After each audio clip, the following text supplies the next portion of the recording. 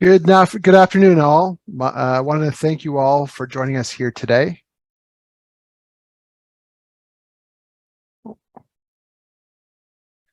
My name is Doug Miller, and I am the Executive Director of the Canadian Seed Growers Association. Today, we are going to provide an overview of CSGA's standard setting process. CSGA is a global leader in seed certification standards development, and I'm excited to tell you all about it here today. We will also introduce two new modernization initiatives under CSGA's new business plan for discussion, which are external representation on CSGA committees and the creation of a new multi-stakeholder advisory committee.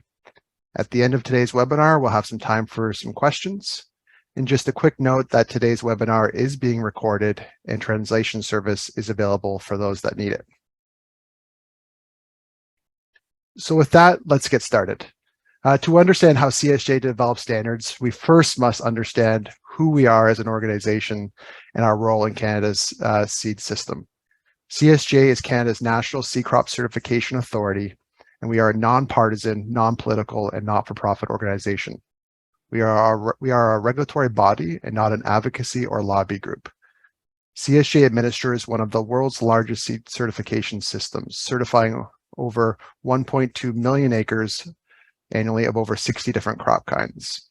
We are a member-based organization with over 3,100 seed grower members, representing about 2,500 seed growing operations.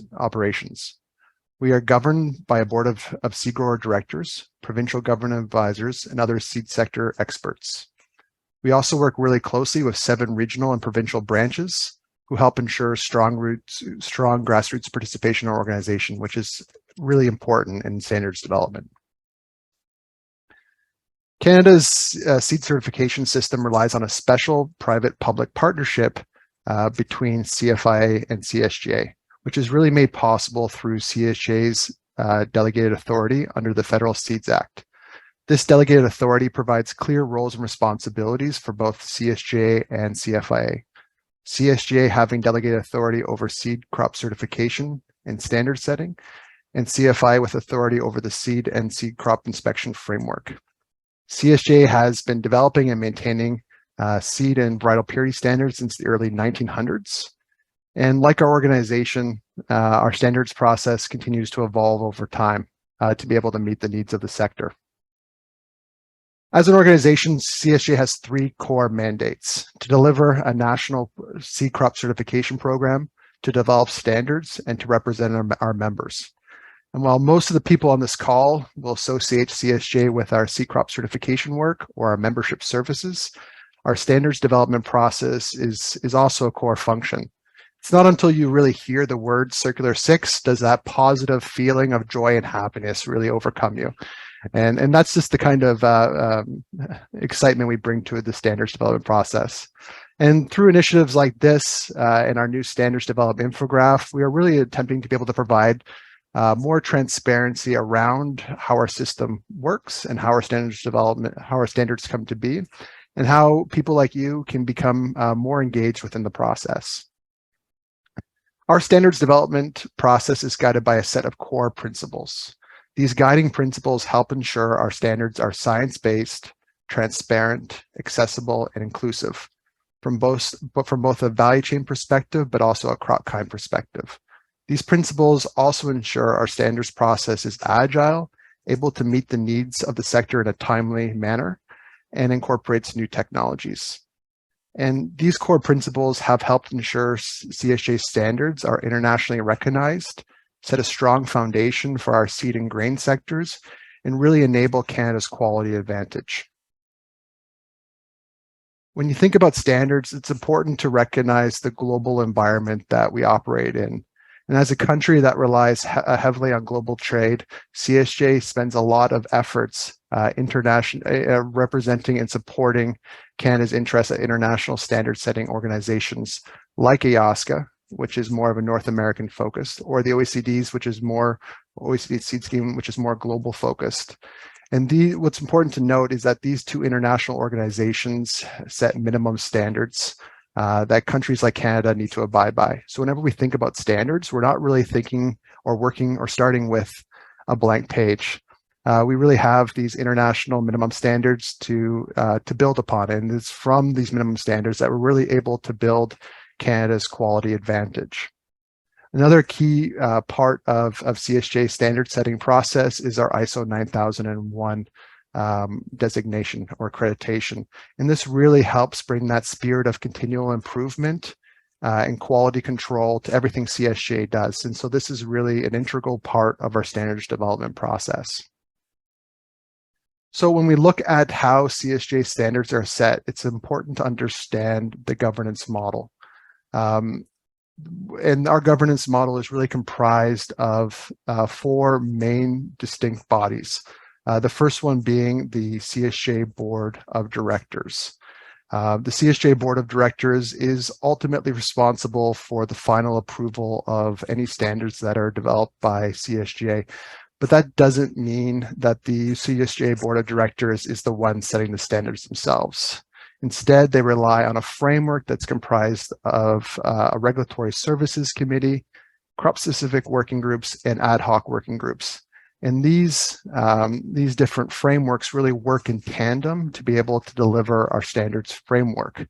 Our regulatory services committee, which is a committee of the CSGA board, is really there to be able to review draft standards that are coming forward, recommendations, but then also ultimately make recommendations to the CSGA board on any new Circular 6 related standards. The Regulatory Services Committee really relies on a series of 8 crop-specific working groups and then ad hoc working groups.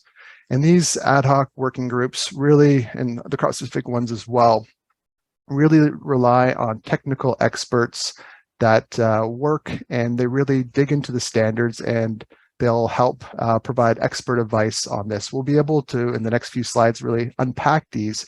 But again, I want to stress that these are independent experts that are working together with our Regulatory Services Committee to make sure that our standards are internationally harmonized, competitive, and incorporate all the core principles that we talked about. So within this governance framework, it's really important to understand who is involved. Often a misconception that because we are a grower-based organization, that it's only seed growers that are involved in our standards development process. And this really couldn't be any further from the truth. As we approach our standards development process, we really take a whole value chain approach. So when we look at the Regulatory Services Committee or those ad hoc working groups or crop-specific working groups, they're really bringing that whole value chain to bear to be able to develop standards. So even on our regulatory services and the working groups, we have seed growers, we have seed companies, variety developers, plant breeders, seed analysts, inspectors. We even have representation from CFIA. And then based on our governance structure, we also have provincial government advisors that are there appointed by the Ministry of Agriculture. And so all of these value chain participants work either on our Regulatory Services Committee or in our crop-specific working groups. When we come to our crop-specific working groups, we really have 8 different working groups that are really focused on a particular crop kind or grouping of crop kind. So as you can see here, we have specific working groups ranging from canola to forage and turf, hemp and soybeans. And so these working groups, they're focused on these particular crop kinds. But then whenever we need to either go deeper into an issue, like something like hybrid wheat, or if we need to go more broader and look at an issue as more of a as applicable to all of seed certification, we use these ad hoc working groups. And so an example of this is if looking at our standards from a sustainability standpoint, or where we need to go with cover crops. You know, we do have that framework where we can either go focused on the crop kinds, or we can really go deep or go wide with our ad hoc working groups. And what's important to understand about our framework too is that wrapped around our Regulatory Services Committee and our working groups, we have a consultation process baked in. This is something that we've introduced in the last number of years, and it really ensures that we're able to bring more views, different opinions to the table. So as part of any kind of consultation standards development process that we put forward, we do have a consultation process, and it's there to be able to get in that larger set of views as they may come forward. So what we like to do now is kind of walk you through the process to be able to kind of demystify how a standard comes to be. And a standard comes to be through one of two ways. It can either be a new crop kind that needs a particular standard, something like maybe like quinoa, or a new type of crop like hybrid wheat. There's also the ability to be able to revise standards that may exist. So the standard process really begins with the strategic need. So any stakeholder is able to come forward and identify the need for either a new standard or a revised standard. This proposal will then be brought in and reviewed by the Regulatory Services Committee, which then decides on a path forward. This path forward is either going back to the stakeholder asking for more information, or being able to direct the standard to one of these, either the crop-specific working groups or the ad hoc working groups. And again, this is where the technical experts are all coming together to be able to review the proposal that was submitted, to be able to start to draft standards, and in doing so, making sure that the standards that we're looking at here in the Canadian context are aligned with international standards, that there is harmonization there, that there is a fit for purpose, and that we're also incorporating best management practices. Once the crop-specific working groups or the ad hoc working groups are done with their work, they'll send the proposal back to the Regulatory Services Committee to be able to review and ultimately decide on where the standard goes. So as I said earlier, our platform right now, our process right now really relies heavily on public consultation. For reference, right now, we actually have a series of consultations out on current Circular 6 or standards revisions, ranging from changes to pulses in soybeans to forages as well. But then we also have a larger standards development initiative with respect to breeder seed or regulatory modernization. So in all these kind of consultations, CSGA casts a pretty wide net. We send out a notice of consultation to all of our Seed Scoop newsletter subscribers, which is ranging, upwards of about 4,000. And then we also send out targeted consultation requests to potentially impacted stakeholders. So for our current consultation process, we have sent out over 300, maybe even more than that. Gail can correct me if I'm wrong, but letters to impacted stakeholders, making sure that they are aware of this consultation and that they're invited to be able to participate in it. So once we're able to get that feedback back from the stakeholders, it's about reviewing what we heard. And so, are we on the right track? Is there any unintended consequences that we hadn't thought of? And it's really an opportunity for us to be able to digest what we heard and then be able to decide whether or not we need to go back to the working groups, or if the Regulatory Services Committee is confident in being able to move that proposed standard change forward. And so if the Regulatory Services Committee is aligned with the proposal and the feedback that was received during the consultation, hasn't made them change course, the Regulatory Services Committee will make a recommendation to the CSGA board to be able to approve the standard or adopt the new standard. And so the board will meet in our board meetings and will be able to review the standard, make sure that our due process has been followed, and subject to board consensus, if the standard is approved, it will come into effect February 1st of that year and be applicable for the next year.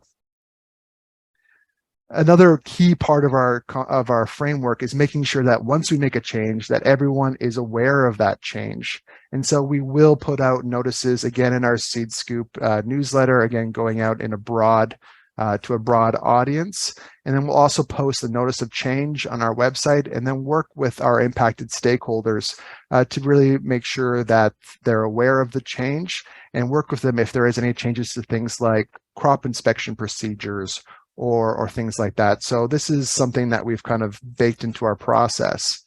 What we've also started to do in the last few years is host an annual grower webinar at the beginning of each crop season to really indicate, what is new for the current year with respect to standards, but then also our technology changes.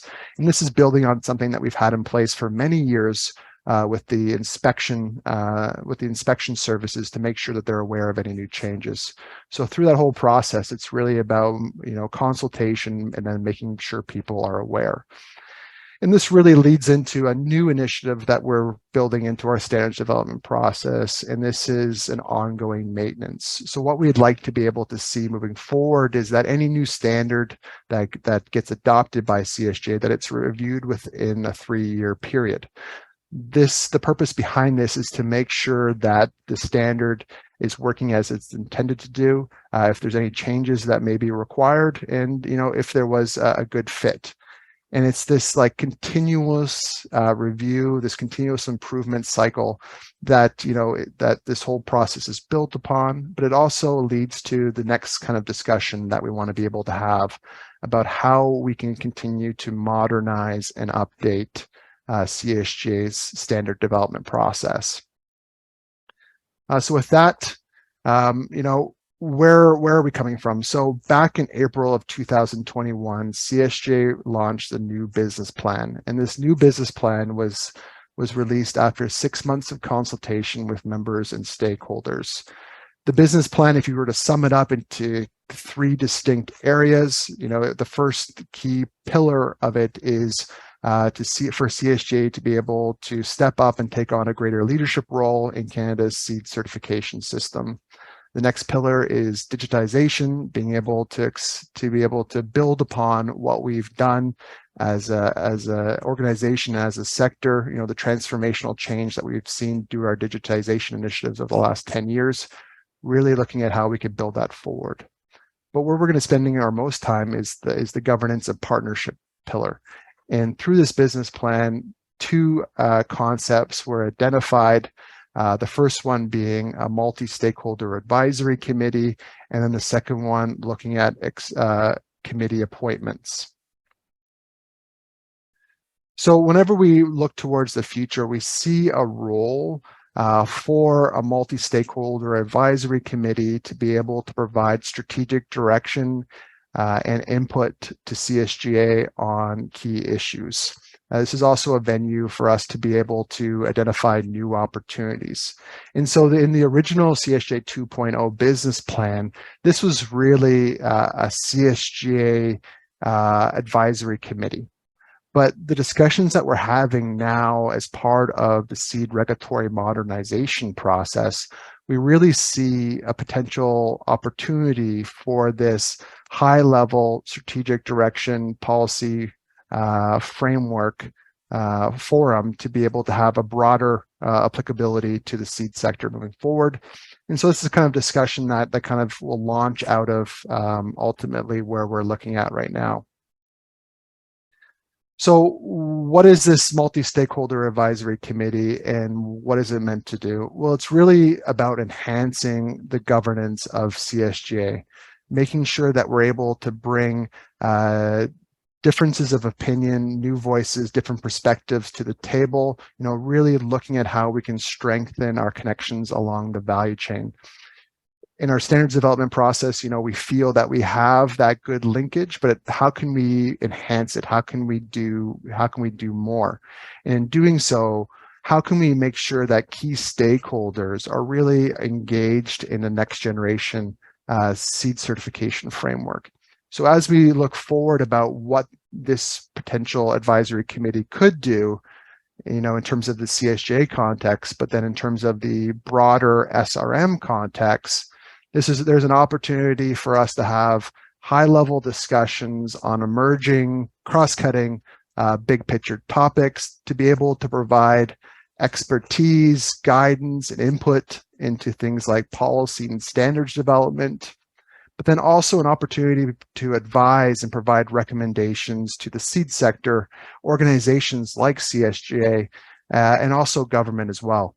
There is that need for continual improvement, and I think a number of organizations within the SRM context have really picked up on that, and we think that this is a vehicle to be able to deliver that post SRM.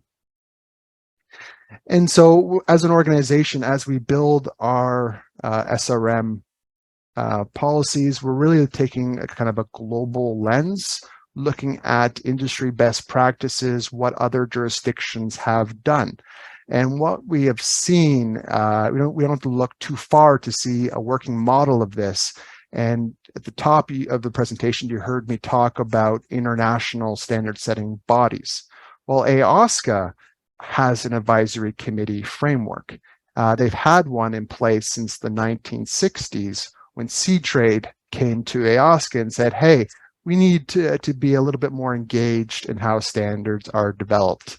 And so this really started a conversation about how AOSCA, as an international standard setting body, could be able to bring in key organizations that they interact with, representing industry, regulatory functions, service providers, and really anyone else that's within their ecosystem, how they could be able to come together to be able to advise AOSCA and then be able to, have input into that organization. And so over time, this advisory committee model has morphed. It's taken on more responsibility. And so right now, this advisory committee and its role in AOSCA, it's really there to be able to provide guidance. But over time, they've also been more ingrained in standards coming forward. So this advisory committee will be able to review any of the standards that come forward through AOSCA.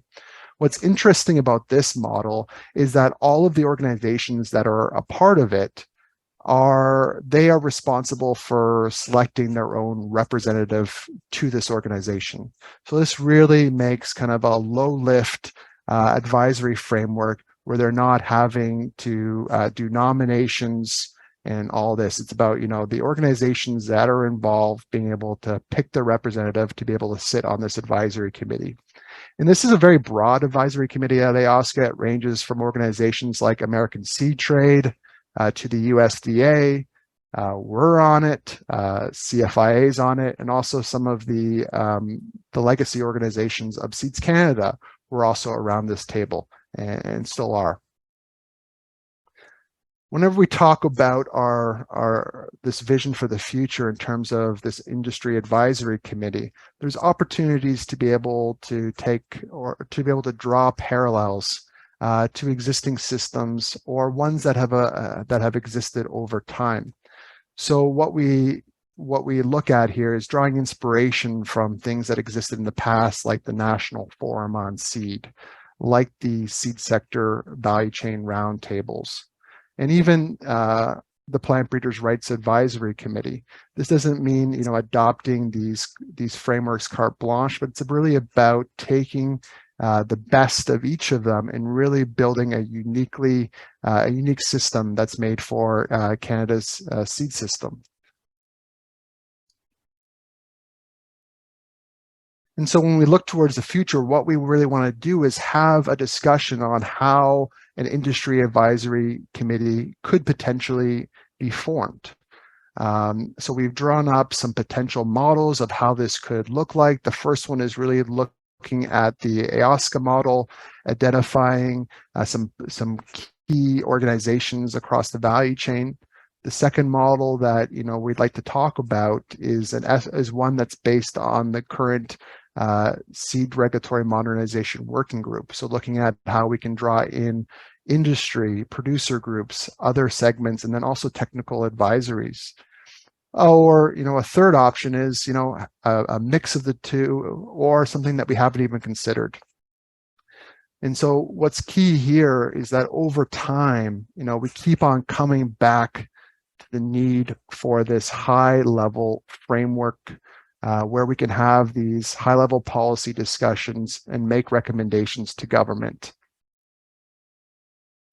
And so when we look at a model like this, it's really about ensuring that key stakeholders are engaged. We're able to have a vehicle that we can continue to provide direction to government post-seed regulatory modernization. Once that process goes through, there is going to be this need for continual improvement. And I think a lot of organizations from the table would agree to that. This kind of framework would be focused on big picture and strategic direction. And what we like about this is that it could be built to be able to support existing processes or organizations. Something like this is not recreating the wheel.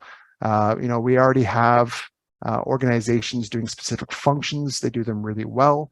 I might be a little biased and say CSGA does standards development really well, but this is, building off of leaving the plumbing to the plumbers and really having a forum for the high level discussions.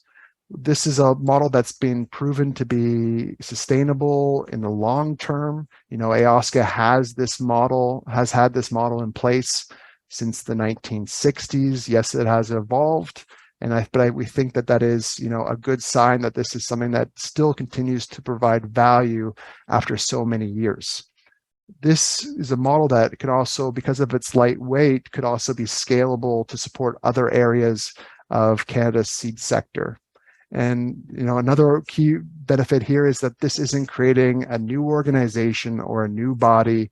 It's a lightweight kind of framework that is able to sit over top of the existing process to be able to make sure that we are moving forward and building a modern seed system that is agile and is meeting the needs of the sector.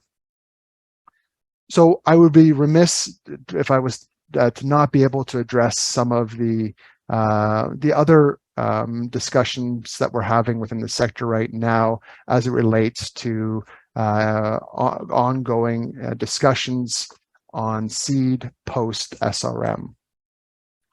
So one in particular would be the independent standard setting body model that's being discussed around the Seeds Canada table.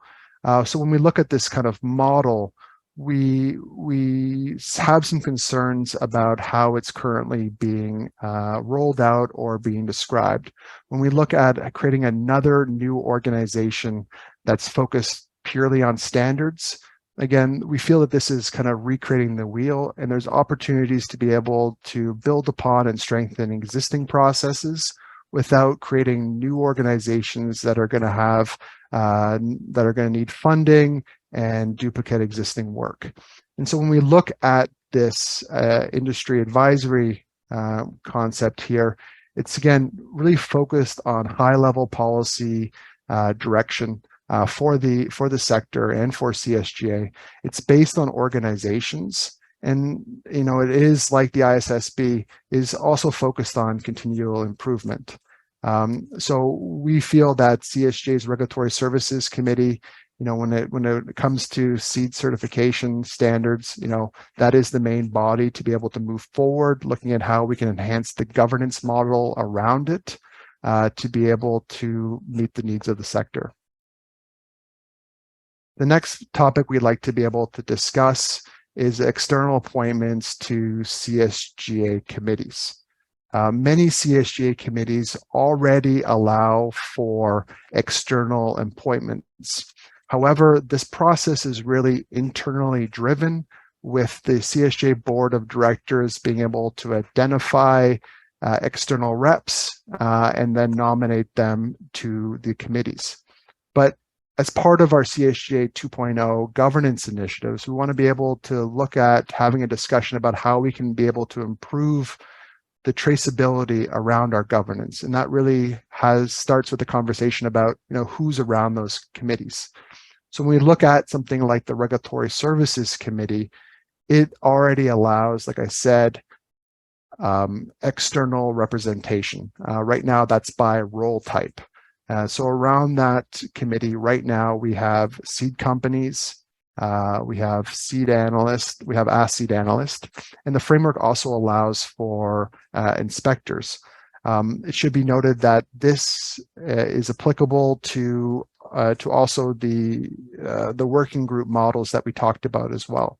So again, here, the main takeaway is that we want to be able to have a discussion about how we can improve the transparency around committee appointments.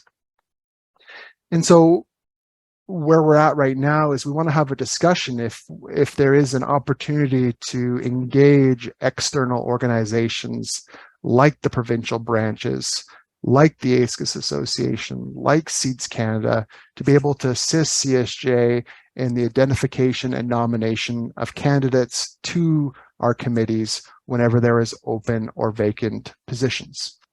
And so our thinking around this right now is that a process could be developed to be able to facilitate that. And it really starts with CSGA being able to develop a skills matrix and be able to specify the required experience and backgrounds that we're looking for. There is an opportunity for us to be able to post open and vacant positions on CSGA's website, and then be able to work with these external organizations to be able to say, hey, we have an opening. This is what we're looking for. Are you able to help us out? And if multiple candidates do come forward, CSGA would be able to utilize our renewed governance committee framework to be able to help make nominations to these committees. And as we move forward, there might be a process or a path forward in which this external organization, this whole process could be tied to something like a memorandum of understanding or agreement with these external organizations. Again, just defining roles and responsibilities and helping the whole process move forward in an effective manner. So that is where we're at right now in terms of our current thinking. What we'd like to see moving forward is a discussion and a dialogue. It doesn't have to be today. There's a lot that we threw at you, but we want to be able to hear what you liked, what you didn't. How could these existing frameworks be improved? And are we headed in the right direction? We will be sending out a survey to all the participants who registered for today's webinar to be able to get your views. We're also going to be reaching out to important stakeholders to have these discussions about things like external reps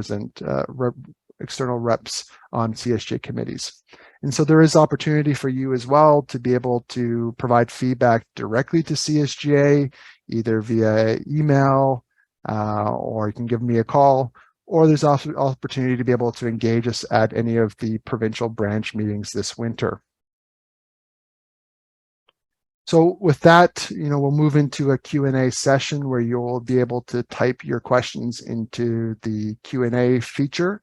But I just want to be able to thank you for joining us here today.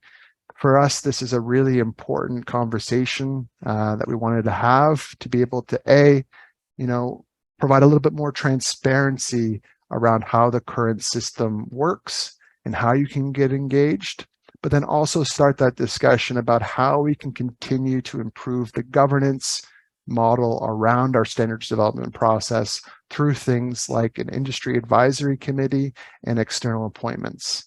So with that, we'll pause and we'll be open for questions.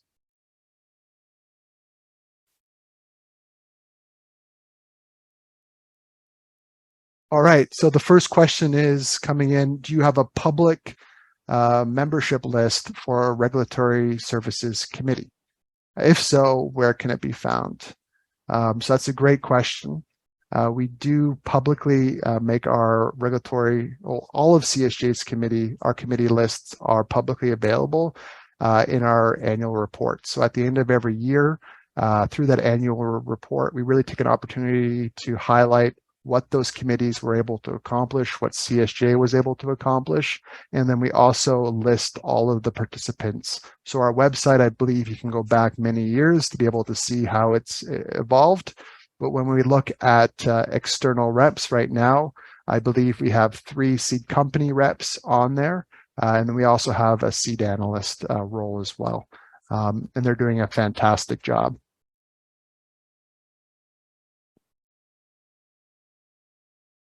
The question came in for how are farmers involved in providing input on the Seed Standards Committee in CSGA now?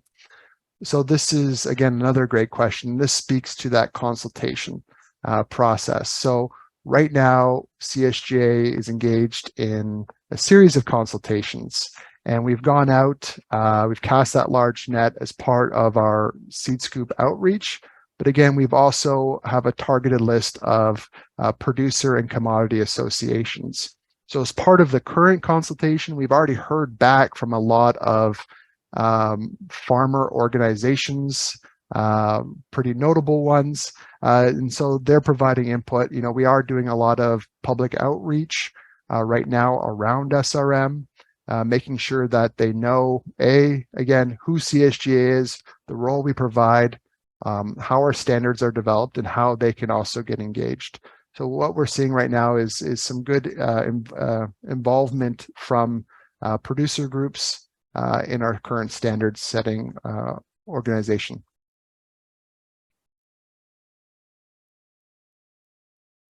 The question came in, is there any intention to diversify your board directorship makeup to go beyond seed growers?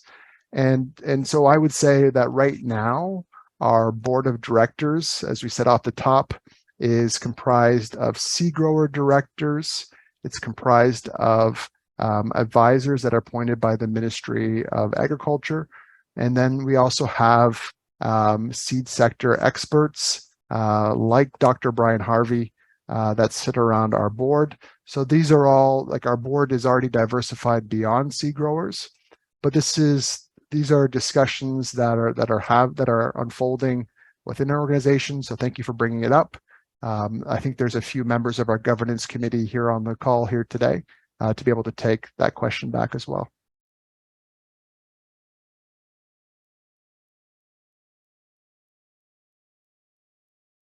All right, is there any more questions coming through? We don't have anything right now, Doug. Okay. Let's give it a few seconds, a few minutes.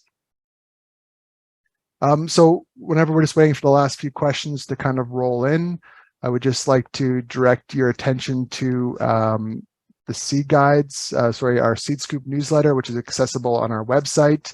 In there, you'll be able to find some information on our current consultations with respect to Circular 6 revisions.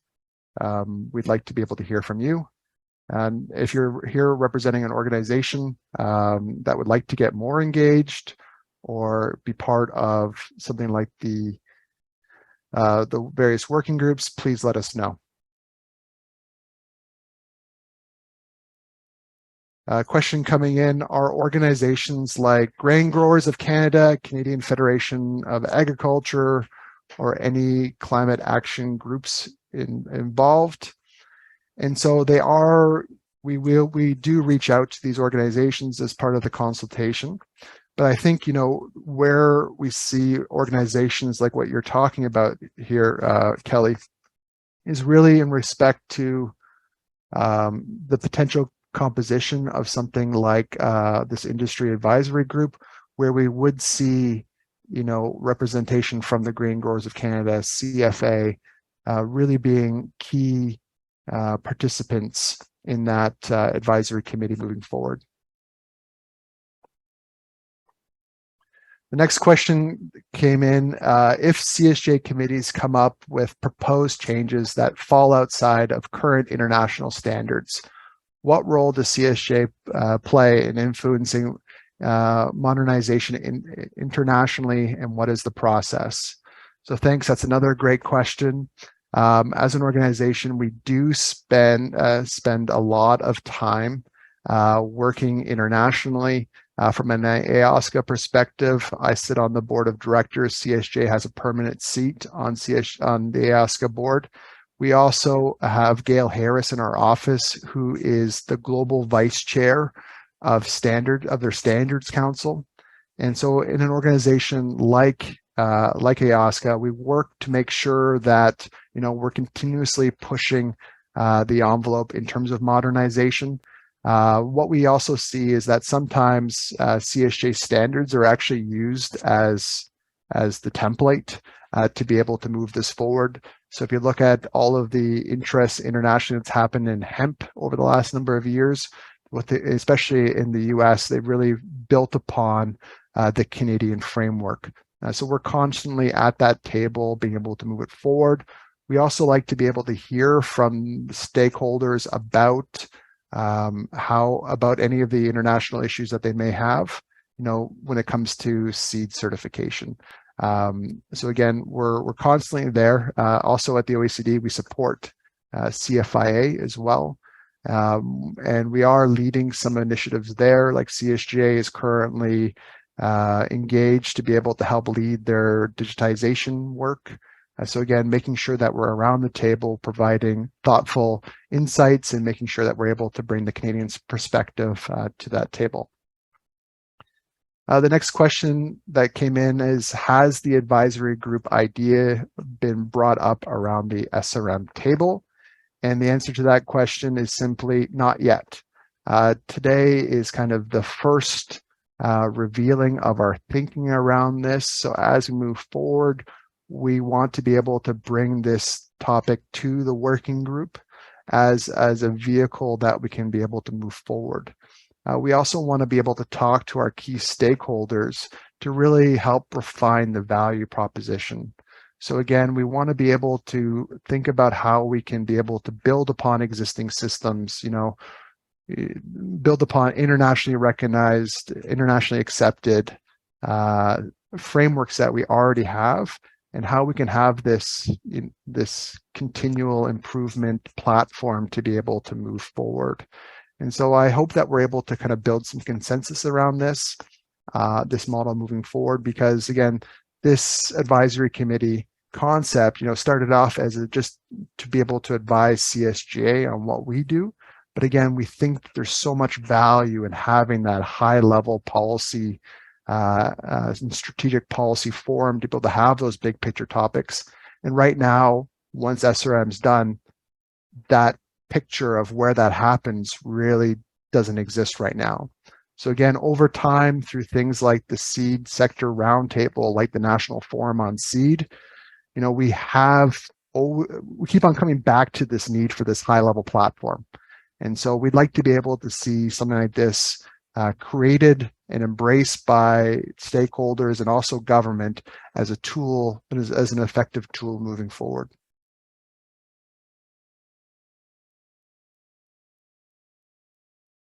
All right, any other questions coming through?